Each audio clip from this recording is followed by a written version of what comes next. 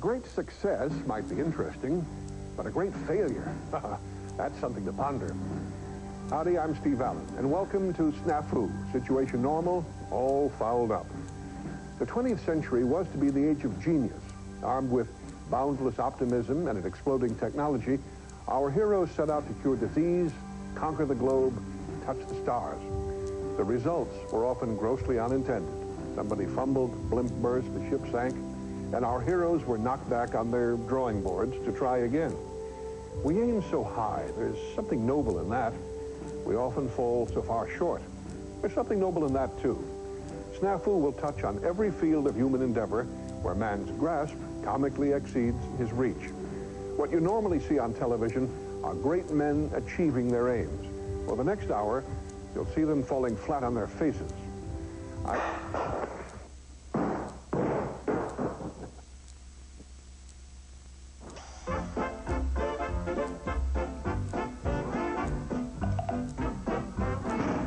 Next on S.N.A.F.U, Henry Ford takes a whack at his billion-dollar Beanmobile.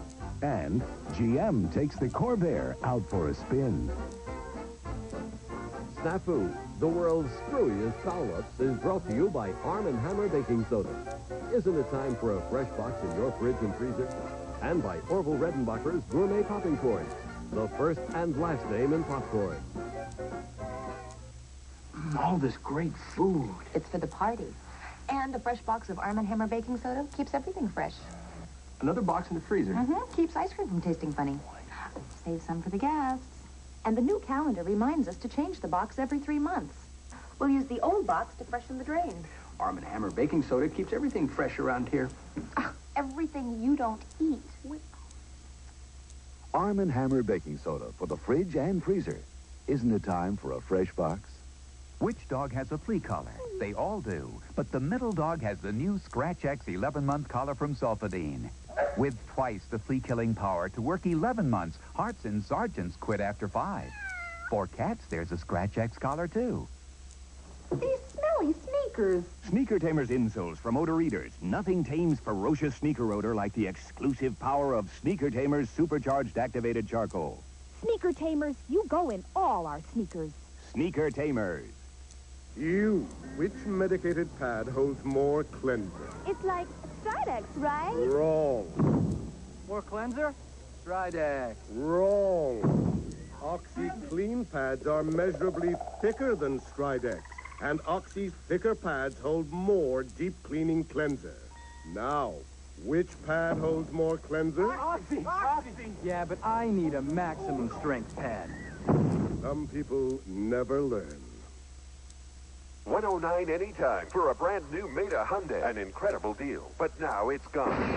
Because now it's 99 anytime. That's right, just $99 a month for America's hottest selling import now at Meta Hyundai. You'll find the area's best selection at Meta. All the models, all the colors, all the options you want, including the top-of-the-line GLS for under $7,000. So get them while they're hot. 109 anytime is gone. Now it's 99 anytime at Sacramento's premier Hyundai dealer, Meta Hyundai.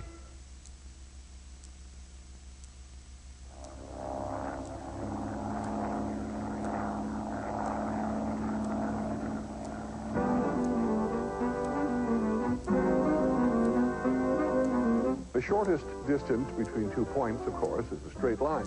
And yet the heroes of 20th century transportation have often traveled in circles.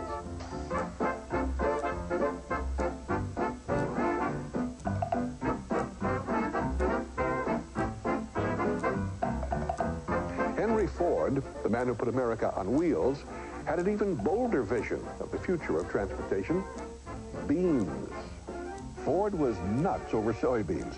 He dreamed of developing a line of sleek cars made entirely from the little legumes. His bean dream cost the Ford company great embarrassment and nearly $1 billion. At the peak of Ford's soybean craze, his company was developing over 50 varieties of the plant on 10,000 acres and buying an additional 1 million bushels yearly from farmers. During the 1930s, the Ford company opened 3 processing plants where soybean extract was made into paint and plastic parts for Ford cars.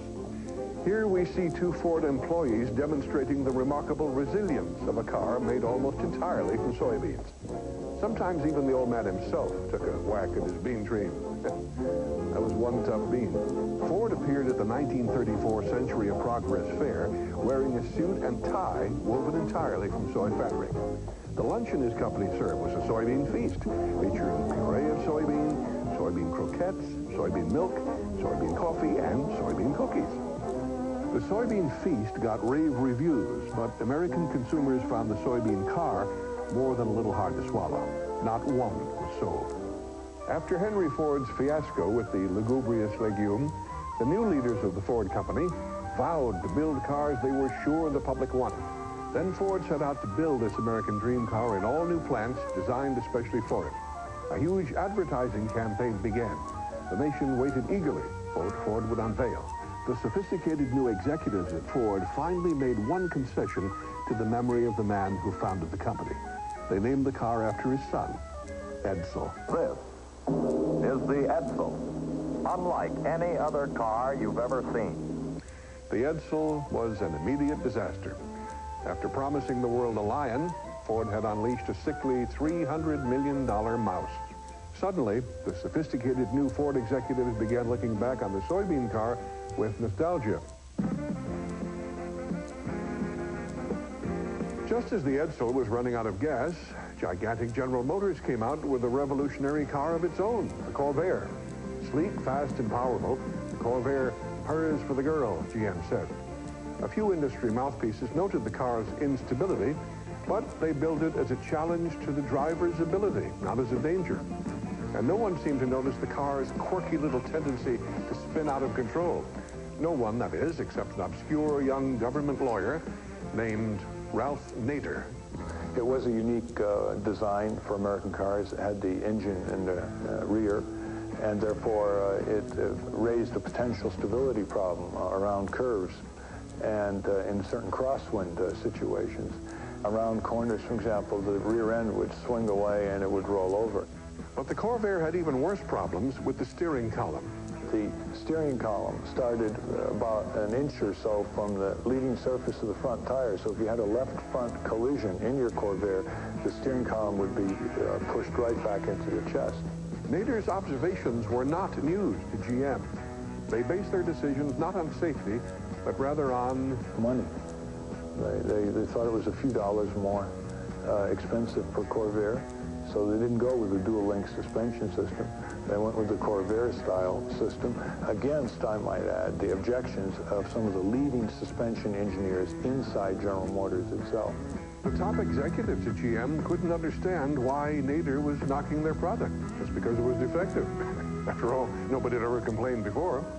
When the whole affair became public, though, a scandalized GM apologized and brought Corvair production to a screeching halt.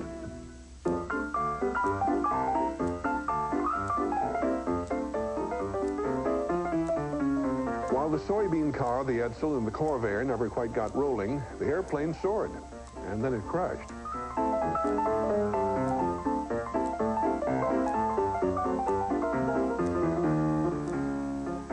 Wilbur and Orville Wright were not only responsible for inventing the airplane, they invented the airplane accident. September 17th, 1908 was just another afternoon aloft for Orville Wright, but in mid-flight, he lost his propeller and the plane crashed. His sole passenger, Lieutenant Thomas E. Selfridge, did not survive the crash. They probably lost his luggage, too. While Americans were devising exotic ways to go places, the British were thinking of exotic places to go. Take, for example, the legendary explorer, Captain Robert Falcon Scott. His spirit was indefatigable. His courage and fortitude, legendary. He was, of course, a total failure. In 1911, no man had yet set foot on the South Pole. With full support of king and country, the proud Robert Scott set out to claim the pole for England. At about that time, a Norwegian explorer named Roald Amundsen also departed for the South Pole, declaring a race against Scott. The British were vastly amused. For their man to lose the race, he'd have to be bound and blindfolded, they said. He might as well have been. Scott was better equipped for a jaunt across the English countryside than a trek across Antarctica. To begin with, his men could barely ski, a slight disadvantage on a continent made entirely of ice and snow. Nor did Scott bring any dogs. previous explorers advised him emphatically that his sleds must be pulled by dogs, but Scott didn't like dogs. Instead, he put his trust in ponies. The ponies soon died. Then Scott had to put his trust in his men. Scott and his men trudged over hundreds of miles of deep snow and sheer ice. Exhausted, scurvy-ridden, and frostbitten, the proud British expedition finally reached its goal on January 17th, 1912, only to find the Norwegian expedition, led by Amundsen, had arrived there a month earlier. Amundsen had a rather easy time of it and returned home without incident. In this rare footage, Amundsen befriends an Arctic native. But Scott didn't find the region as congenial. He and all 5 of his men died before they reached base, their bodies frozen solid. Scott maintained a stiff upper lip to the end. Next on S.N.A.F.U, America goes a bridge too far. And Thomas Edison goes ghost busting. What's new at S.N.A.F.U Farmers Market and Auction? What's new at S.N.A.F.U this week? What's new at S.N.A.F.U Farmers Market and Auction? What's new at S.N.A.F.U? Let's take a peek. Take a peek at S.N.A.F.U Farmers Market and Auction. Take a peek at S.N.A.F.U this week. Open every Saturday and Sunday, rain or shine. Come on out this weekend. Here's Cal Worthington and his dog Spot. If you want more for your trade, go see Cal. Better deals were never made. Go see Cal. If you need a car truck, if you want to save a buck, if you want to change your luck, go see Cal. Boy, now's the time to get that new Chevy car or truck. Factory rebates up to $1,000 in factory financing with lower 3.9%. And with this new factory financing, I can put you in a brand new Chevy car or truck with no money down. I mean no money down. Of course, the more you pay down, the lower the monthly payment. For example, here's a brand new 88 Chevy Corsica, $83.95, just $141 a month. Here's a brand new 88 Chevy Beretta, $88.95, just $149 a month. A brand new Chevy Sprint by Suzuki, $59.95, just $99 a month. Here's a brand new Chevette. We got 3 of them. A brand new Chevette for $49.95, just $84 a month. We got 3 of them left. Brand new, $49.95, $84 a month. Take your pick. It's Giant Worthington Chevrolet, the only way. Open till midnight every day. Mommy, why did I get a cavity? Why? Parents have to answer enough tough questions, so do all you can to prevent that one. Make sure you give your kids Crest. You see, Crest has Fluorostat. It's a unique formula, and no other toothpaste has ever done a test to prove it's better than Crest at fighting cavities. Crest, the dentist's choice for their patients, should be your choice for your children. I hope I don't get a cavity next time.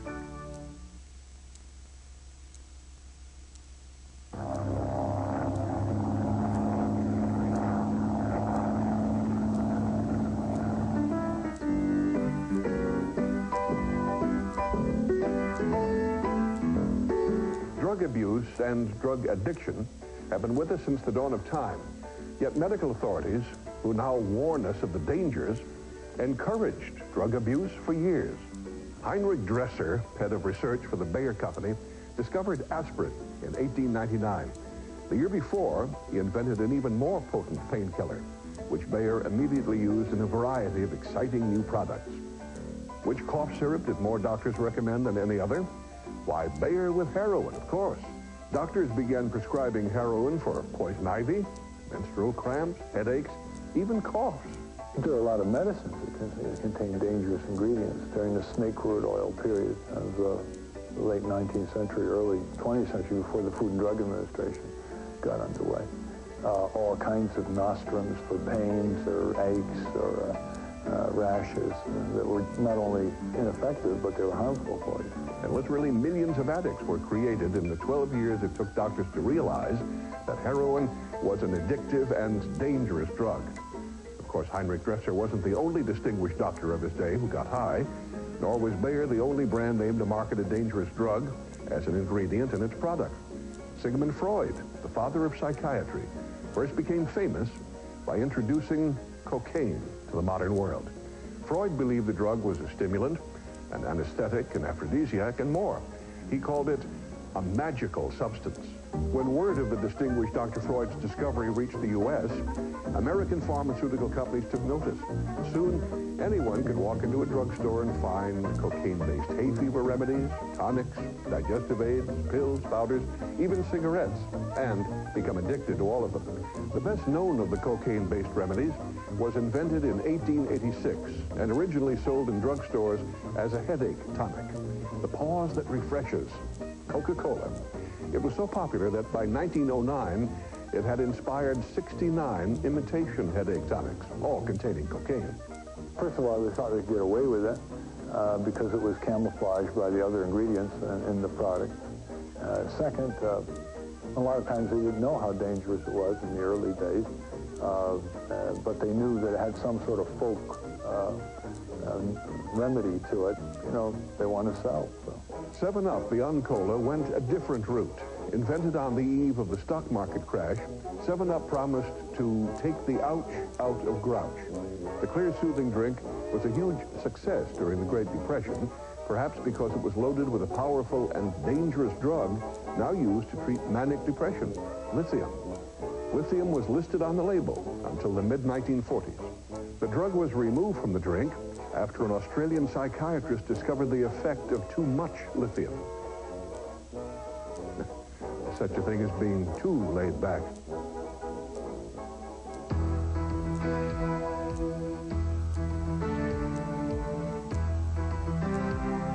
In this century, we've overcome many of the age-old problems of construction technology. The results? Sleek towers of glass and steel, long, graceful suspension bridges, beautiful and self-assured, carrying us into a limitless future. However, advances in construction have been anything but smooth. Take, for example, the story of one city that aspired to great heights. Boston wanted a skyscraper. So, up went the John Hancock Tower, proudly billed as the tallest building in New England. 60 stories, nearly half as tall as the World Trade Center.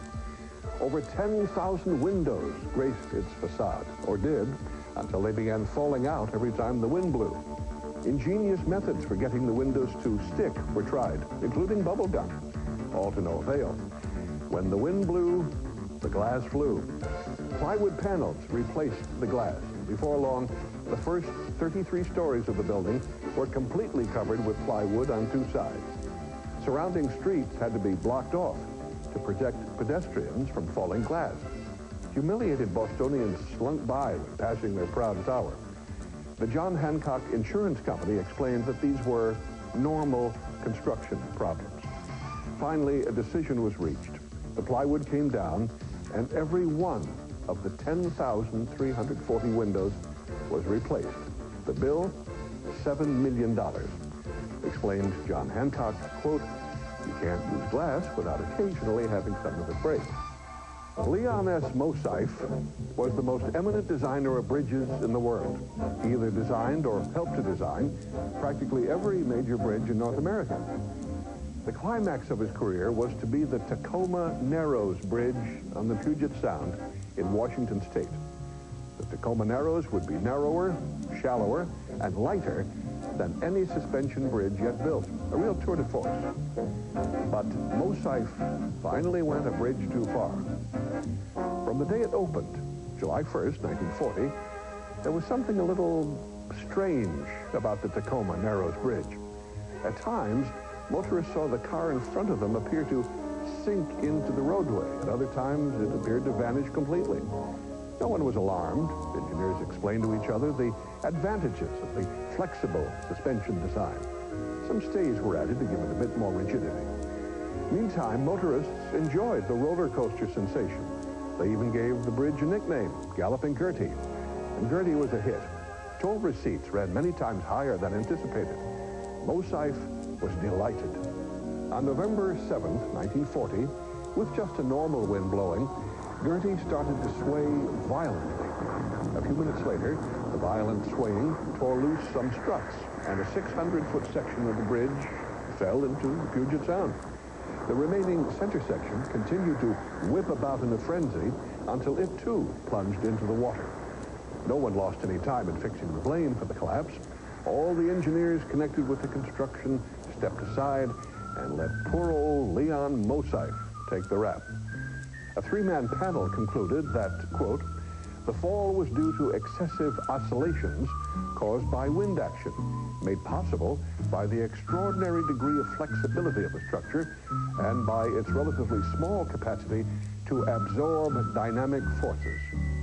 Of course, that must have been it. Mosyfe wasn't the only 20th century designer whose reach exceeded his grasp.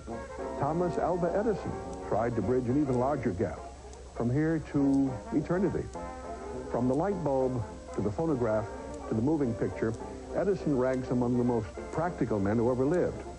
Yet one idea Edison had never did take off: the talk-to-the-dead machine. He actually planned to build a machine that the dearly departed would use to communicate with the living. Literally, it was to be a tube amplifier that would magnify messages from the afterworld, sort of a radio station from heaven.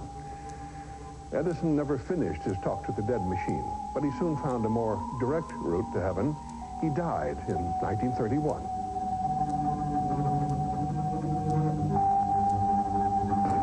Next on S.N.A.F.U, the day the U.S. Navy almost sank FDR, and America prepares for Martians.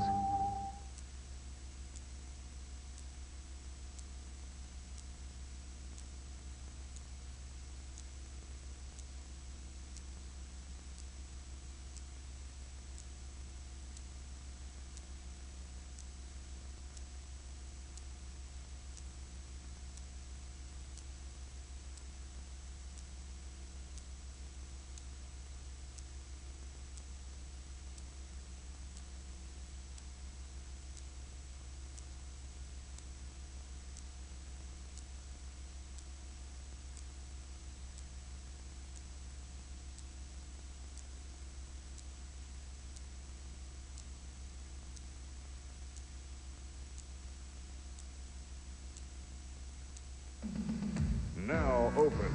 Stockton Auto Center. We've got it all. 83 different models, 76 acres.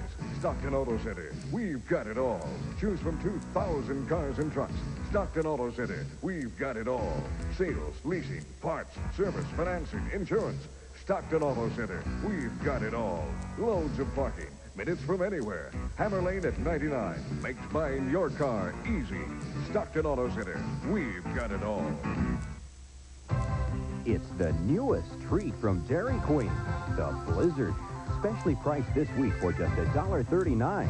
The treat's so thick you gotta spoon it up. Get a Blizzard made with Hydrox cookies, a candy bar, fruit or nuts. The choice is yours. Don't leave the room. Our reputation is at stake because we're doing something you wouldn't expect. Something new. Something fresh. Something exciting. Wrapped up the way you like it. We're putting our reputation at stake, and things are beginning to sizzle. New steak fajitas. Think of it as a Mexican steak sandwich.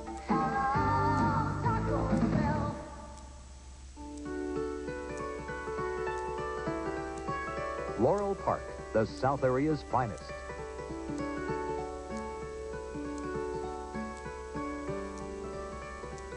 Oak Glen, North Area livability.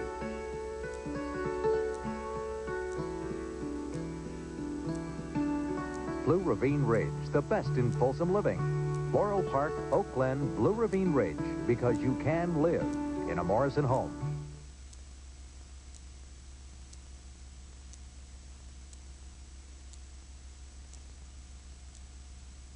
There really was a World War II, and it was the worst war in this century of war. With a living arena in which to enact their schemes, the brightest military minds soon ran amok. Many ideas should never have seen the light of a laboratory, much less the field of battle. A stunning example of British ingenuity was the ST-74 hand grenade. Now, how do you improve on a grenade? After all, a grenade's easy to operate. You pull the pin, you toss with vigor, and you duck. Very easy, at least it was when I did it in the infantry. But British scientists decided to upgrade the technology. Their version of the grenade had a special feature, an adhesive coating which enabled it to stick to the side of an enemy tank. It also, unfortunately, enabled it to stick to the thrower, which is usually what happened. Not to be outdone by the British, the Americans and the Russians hatched their own outrageous schemes. They used bats and dogs as weapons. As batty as it sounds, the U.S. Army actually spent over $2 million on a plan to bomb Japan with live bats during World War II. The plan, given the bizarre science fiction name Project X-Ray, was launched in 1942. And more than 1 million bats were captured in Texas caves. Meanwhile, a tiny time bomb was designed to clip to the wings of the bats. The plan was simple. Bats carrying tiny time bombs would be sealed in large crates and dropped from planes over Japanese cities. As they neared the ground, the crates would fly open and the battalions of bats, partial to the dark, would presumably head for remote corners of the city. The simultaneous detonation of the thousands of tiny bombs would ignite the tindery wooden Japanese buildings and cause a firestorm. This ingenious idea actually worked, but in the wrong country. Several of the bat bombs escaped on a New Mexico airfield in 1943. A hangar and 2 trucks were incinerated. The Army scrapped the project and set out to develop a safer means of battering the enemy.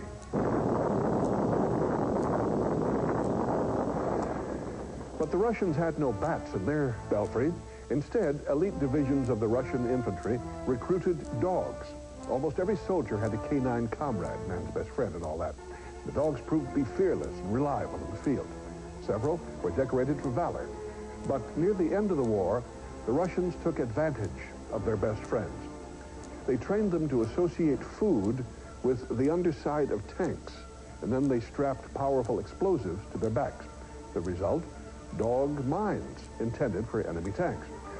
But since the dogs were trained on the Russian tanks, they preferred them to German panzers and forced entire Russian divisions into retreat. World War II was, in many ways, the American military's finest hour, but not all the time. The Nazis wanted desperately to kill FDR, never succeeded, but the U.S. Navy almost did. When FDR and his entire Joint Chiefs of Staff were aboard the USS Iowa, the ship was attacked by a blundering American destroyer, the William D. Porter. The Porter inadvertently fired a live fish directly at the Iowa. 5 minutes of sheer panic ensued. The Iowa executed a series of high-speed turns, trying frantically to escape the torpedo, all to no avail. A great blast shook the Iowa to her rivets.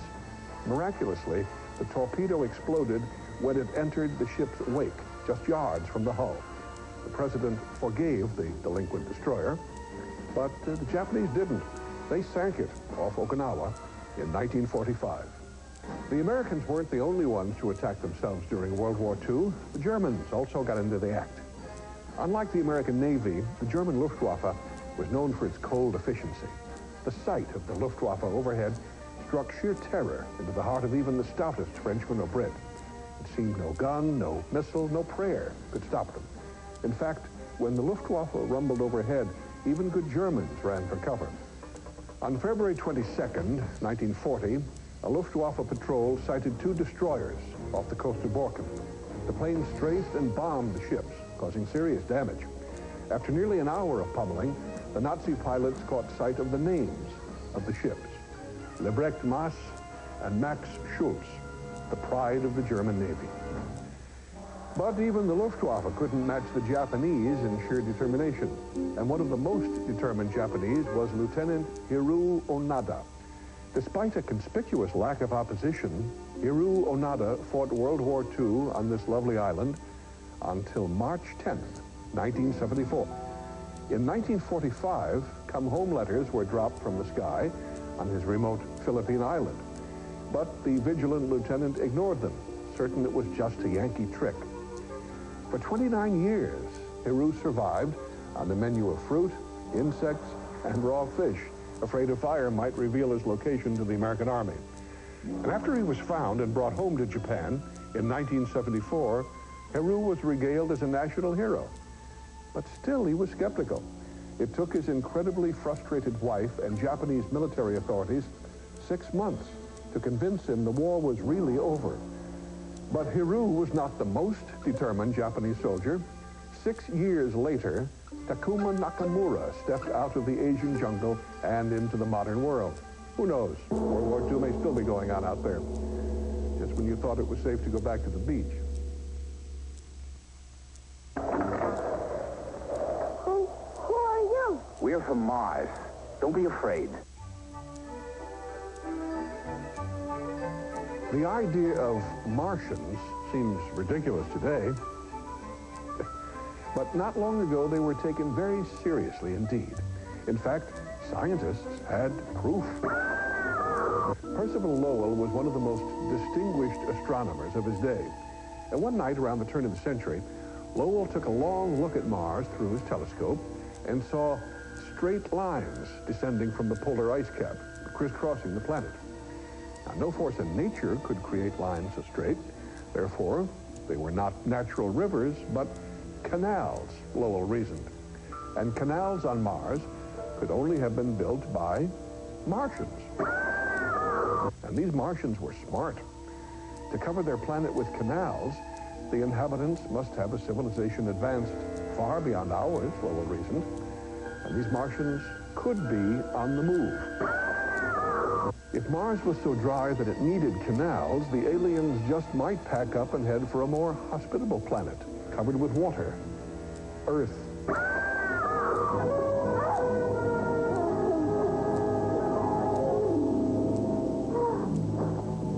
Lowell had supporters well into the 20th century. In fact, not until the 1970s, when our satellite probes reached the Martian surface, was his theory of life on the planet finally disproved.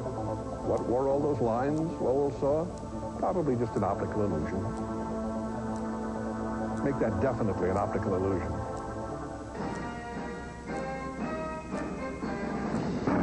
Next on S.N.A.F.U, Jimmy Carter gets caught in the act with a bunny and a real live yo-yo in the White House. Hello, I'm Orville Redenbacher with a very important message. My new improved microwave popping corn is the best popping popcorn there is.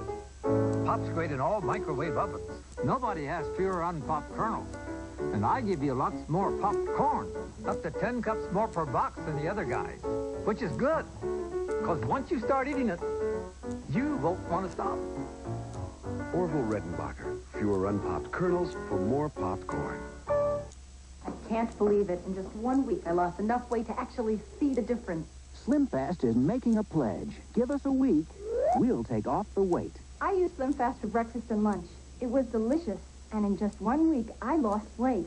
The SlimFast plan can live up to its pledge because each shake is a nutritious, low-calorie meal. My husband didn't think I could lose the weight. Boy, was I wrong. The SlimFast pledge. Give us a week, we'll take off the weight. Also try delicious SlimFast nutrition bars. For tough household odors, I challenge anybody to find a better spray than Arm & Hammer deodorizer spray. It's the only spray with the power of baking soda. I use this in my refrigerator and in my freezer, and I can use the spray in the bathroom and in the kitchen because it can be used around food, in the baby's room. It smells clean. It takes away the odors. It doesn't just cover them up. Arm & Hammer deodorizer spray with baking soda. I love the fact that it's in a spray.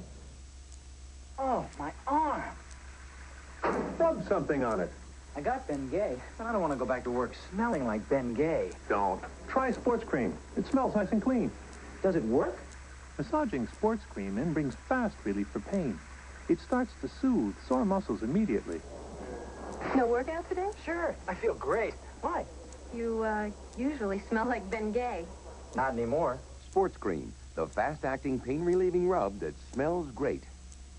Sodium-free Rolaids spells more than 100% relief for acid indigestion. It also spells extra calcium. Calcium-rich, sodium-free Rolaids. Introducing new improved professional strength Efferdent Denture Cleanser. Stronger than ever for a professional-looking clean. Clorette's great-tasting gum and mints can help eliminate any bad breath odors so you can feel good about your breath. Clorette's with Actazole, with chlorophyll, the breath deodorant.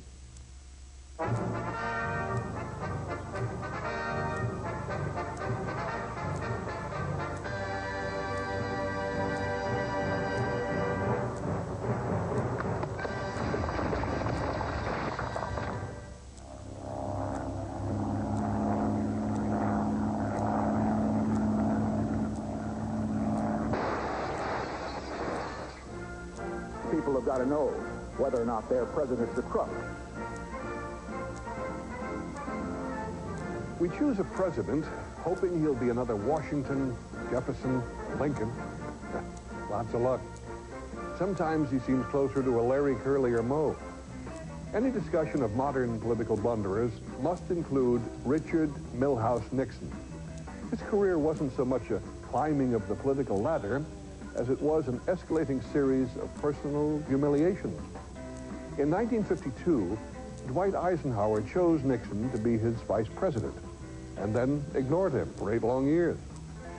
When Nixon ran for president in 1960, he counted on the old man's support. But when asked by reporters exactly what Nixon had contributed to his administration, Eisenhower actually replied, "Give me a week, I might think of something." After being narrowly defeated in the 1960 presidential election, Nixon decided to run for governor of California. As a national figure, he expected to win easily. He lost. He wound up a bitter post-election press conference with these words. Just think how much you're going to be missed. You don't have Nixon to kick around anymore. 10 years later, we did. And we did. I have never obstructed justice. And I think, too, that I can say that in my years of public life, that I welcome this kind of examination because people have got to know whether or not their president is a crook. Well, I'm not a crook. Nixon had all his conversations in the White House recorded to ensure his place in history. And they did.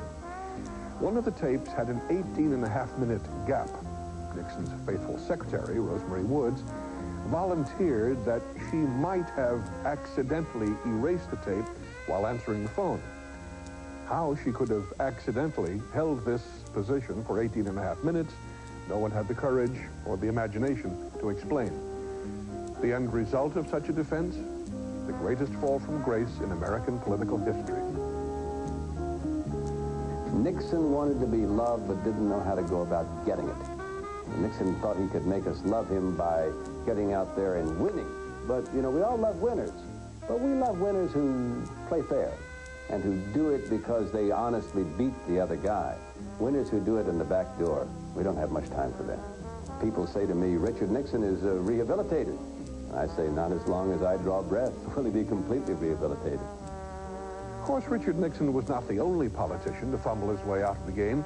In fact, Nixon may have received the Republican nomination in 1968 only because the frontrunner, George Romney, said one little word.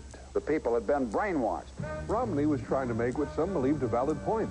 The government had lied about the situation in Vietnam. And he, like many others, had believed those lies. But he used that one word, brainwashed. What? Brainwashed? Presidential candidate who's supposed to be in charge? Do you feel that the brainwashing statement hindered you on this trip?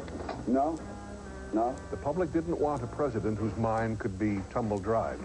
Romney's political career was over. Similarly, President Ford's perception of foreign policy led many to question his abilities, particularly his novel view of communist-controlled Poland. I don't believe that the Romanians consider themselves dominated by the Soviet Union. I don't believe that the Poles consider themselves dominated by the Soviet Union. Each of those countries is independent, autonomous. It has its own territorial integrity. Ford lost his re-election campaign, but perhaps Ford's problem wasn't so much what he said or didn't know. It was more the way he did certain things. The way he walked, for instance.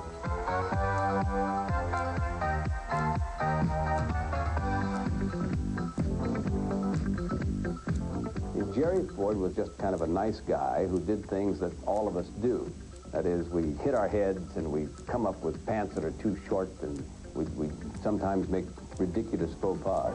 A rather elegant political failure was Republican presidential candidate Thomas Dewey. Cool, dapper, professional. Dewey seemed perfect, the man on top of the wedding cake, they called him. In his first try for the Oval Office in 1944, Dewey's opponent, President Roosevelt, looked old, tired, and vulnerable. And Dewey's supporters even had an issue, the president's dog. They charged that in the middle of World War II, Roosevelt had sent a destroyer out just to retrieve Fala, the family dog. These Republican leaders have not been content with attacks on me, or on my wife, or on my sons. No, not content with that. They now include my little dog, Fala. Talk of FDR being too tired to run the country stopped. Dewey's campaign crumbled. But Dewey was certain the next election in 1948 would be his. This time, he ran against an extremely unpopular president, Harry Truman. The politicians, pundits, opinion polls, all predicted Dewey would win easily.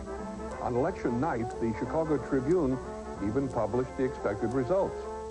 They were wrong. Truman won a crushing victory. And Thomas Dewey, he never ran again.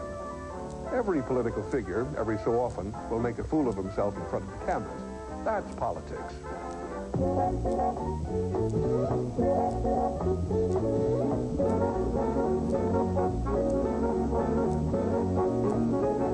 Candidates are not only vulnerable to the cameras, they're vulnerable to violence as well. Our last three presidents have been attacked. President Reagan was attacked by John Hinckley. President Ford was attacked twice by deranged women. And President Carter was attacked by a rabbit.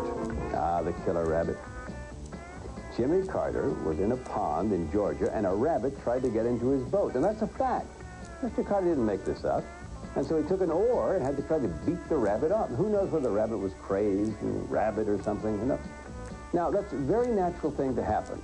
But here's the President of the United States, and we invest in our presidents this quality that they are to be superhuman. I mean, they never make a mistake, and they don't do things wrong, and they certainly don't get attacked by rabbits. Sometimes politicians get to do the attacking. Richard Nixon's first vice president, Spiro Agnew, loved to hurl insults at the press. Of course, Agnew's most venomous vituperation was Nattering nabob of negativism.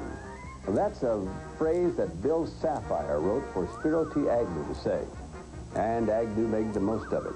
Some thought the line sounded brilliant. I thought it sounded dumb. It has a catchy ring to it, but I don't think it means anything.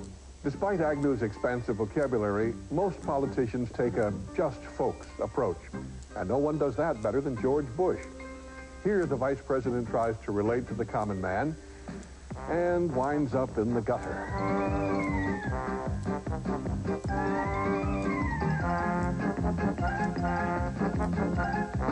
Next on S.N.A.F.U, America's all-blooper team. And up close and personal at the Academy Awards.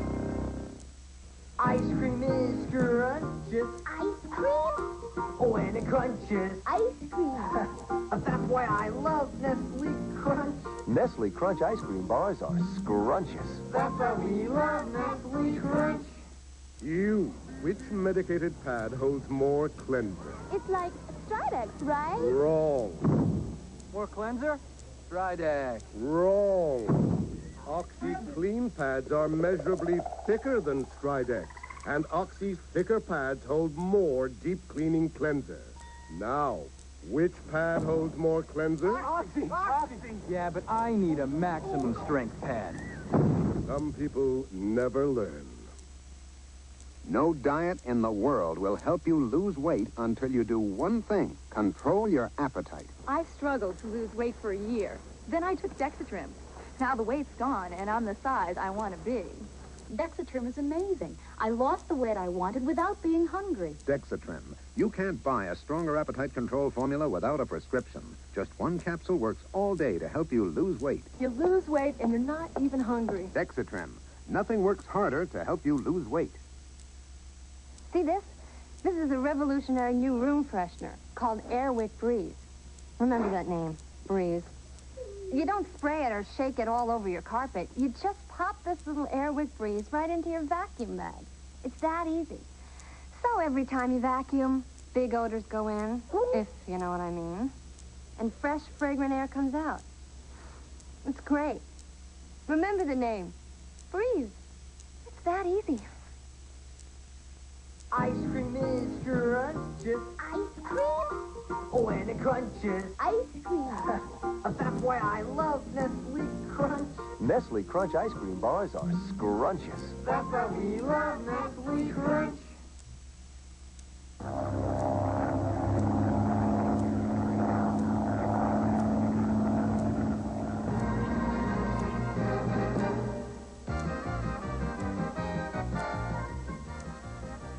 D.W. Griffith was the first king of the land of illusion, the master of the silent screen. Yet the man who practically invented the movies also invented the movie bomb. Griffith was coming off the biggest success in motion picture history, Birth of a Nation. Filmed on a lush $100,000 budget in 1912, Birth of a Nation grossed a stupendous $50 million, an unimaginable figure in those days. He was a real pioneer, a real revolutionary. Nobody had ever done that sort of thing before. I believe Birth of a Nation had the first close-ups ever used in a film, and it was the first film to really tell a story, and it did very well. For his next project, Griffith set out to produce the biggest, most elaborate film ever made, a film to confound and awe the world, one to enshrine him forever in the pantheon of the world's artists. The film, Intolerance. He just anticipated that they would be interested in this long, rather ponderous story about biblical times and all of that. But the production ran into problems. Griffith insisted on elephants for the sequence set in ancient Babylonia, even though there were no elephants in ancient Babylonia, or early Hollywood for that matter. So he had them built. By a stroke of luck, a circus was passing through town, so Griffith rented their elephants. But the circus owner neglected to tell Griffith that the elephants were in heat. Delay followed delay as the stagehands tried desperately to cool the ardor of the passionate pachyderm. Even the plaster elephants weren't safe. Costs continued to mount as Griffith constructed the most monumental sets ever built. Then he hired 4,000 extras and spent weeks choreographing ridiculously overdone orgy and battle sequences. Intolerance finally cost nearly $2 million, 20 times more than Birth of a Nation. But all the king's harlots and all the king's men couldn't fill the movie theaters again. The film opened and bombed. The public had no tolerance for intolerance. Now, none of the major studios were willing to bankroll Griffith's outrageous vision. So, he joined Charlie Chaplin, Douglas Fairbanks, and Mary Pickford to form a new film company, United Artists. Here, the filmmakers would have complete control over their movies.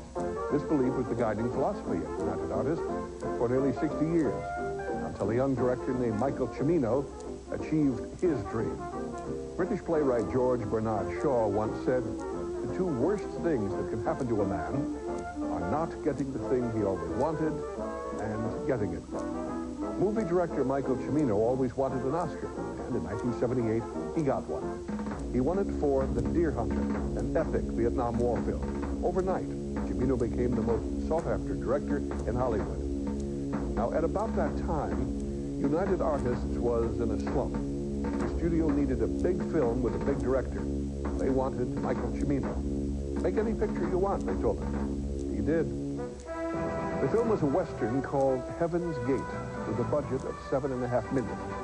But Cimino was a perfectionist, and in movie land, that often translates into big bucks. Cimino immersed himself in the film, becoming obsessed with detail and oblivious to costs.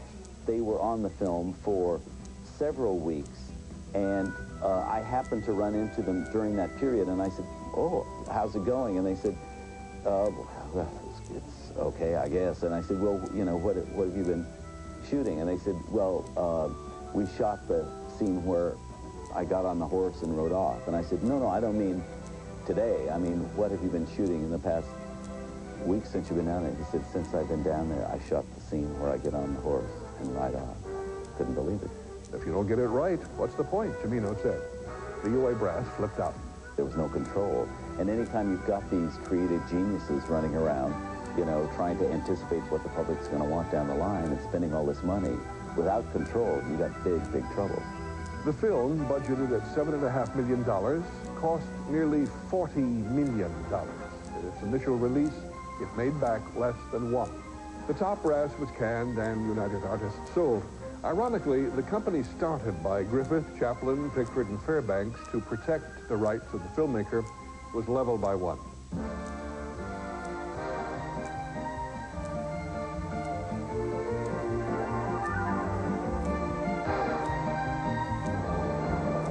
Thank you very much. Michael Cimino's problems didn't begin until after winning an Oscar. Some stars have problems just accepting one. When Barbra Streisand won her award for Best Actress, she showed the world much more than her gratitude. It was good that she was as young as she was and as attractive as she was from behind, because it would have been terrible on somebody a lot older. Great actors rely on instinct. When the cameras start to roll, instinct takes over. Same is true for great athletes.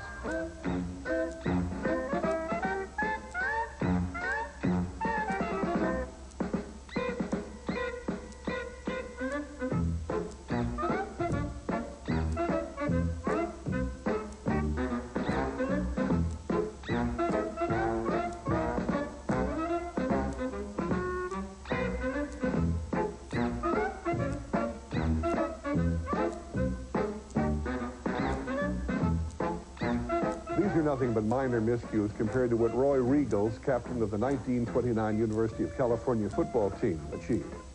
On January 1st, 1929, during a scoreless Rose Bowl game between the University of California and Georgia Tech, Cal's captain and center, Roy Riegels, snatched up a Georgia Tech fumble and headed for glory. And then it happened. Riegels' instincts took over. And his instincts demanded more than a mere touchdown, more than even a victory. His instincts demanded immortality. Riegels turned and ran the wrong way. None of his opponents came close to tackling him. None of them wanted to. But one of his teammates finally caught up with him on his own 1-yard line. Georgia Tech scored on the next play, and Riegels' team lost the game 8-7. Riegels' play became known as the biggest blunder in football history. His immortality was assured.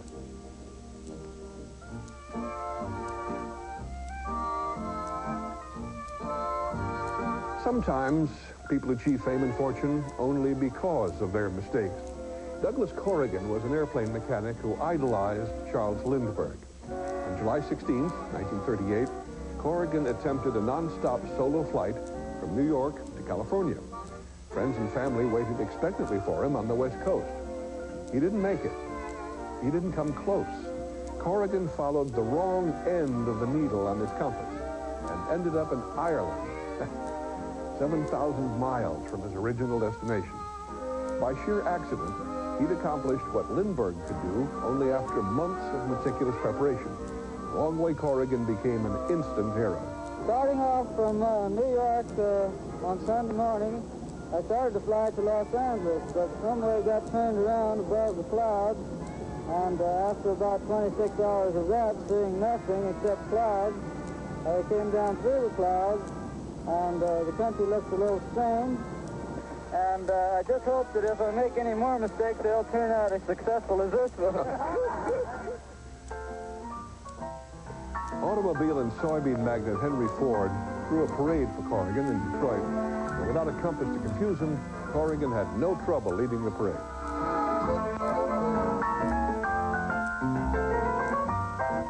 S.N.A.F.U will be back after these messages. Hello, I'm Orville Redenbacher with a very important message.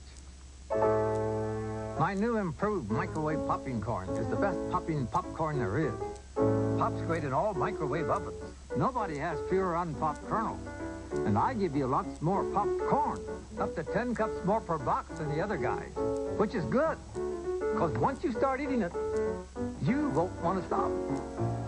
Orville Redenbacher, fewer unpopped kernels for more popped corn.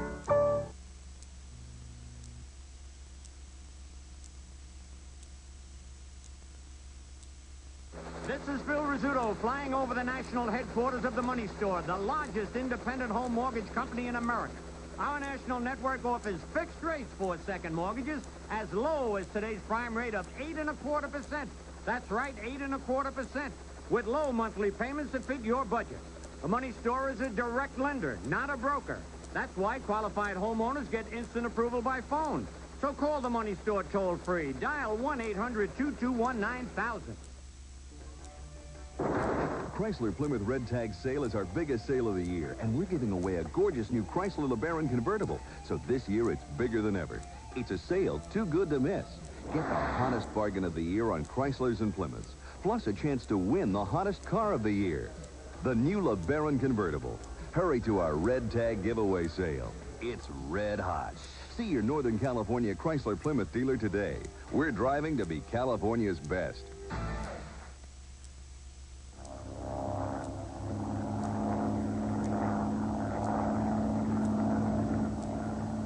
Wrong-way Corrigan didn't become famous just for crossing the Atlantic. Lindbergh had achieved that 11 years earlier. We honor Corrigan because he turned a dumb mistake into a triumph. Most of us aren't so lucky. The higher we reach, the harder we fall. To err is human, there's no way around it, but still we keep trying. And sometimes, by making mistakes, we succeed.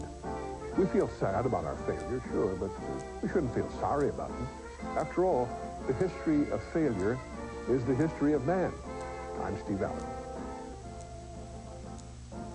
S.N.A.F.U, the world's screwiest foul-ups, has been brought to you by Orville Redenbacher's Gourmet Popping Corn, the first and last name in popcorn, and by Arm & Hammer Baking Soda. Isn't it time for a fresh box in your fridge and freezer? Ice cream is scrumptious. Ice cream? Oh, and it crunches. Ice cream. That's why I love Nestle Crunch. Nestle Crunch ice cream bars are scrumptious. That's why we love Nestle Crunch. Remigel's soft, chewable antacid is effective, good tasting, and not chalky. Remigel. It tastes as good as it works. Accommodations furnished by the Drake Hotel Manhattan, where gracious Swiss hospitality prevails in an ambiance of intimacy and elegance. The Drake, the only Swiss hotel on Park Avenue. Special thanks to Continental Airlines, serving over 115 cities in the U.S.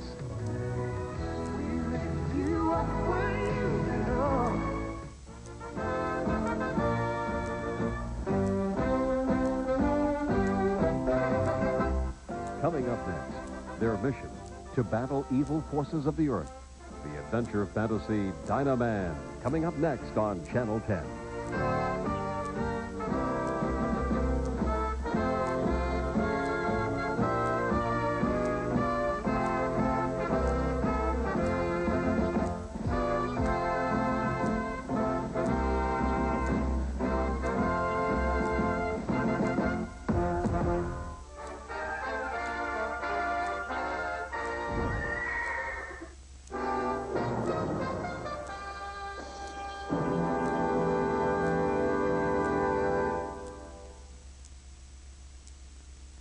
Going in the spirit of the senior gold rush. Hemorrhoids. They hurt, burn, and swell. And more doctors recommend Anusol to relieve the hurting than all other hemorrhoid medicines combined. Anusol is the word to remember for relief. The Greenland Eskimos.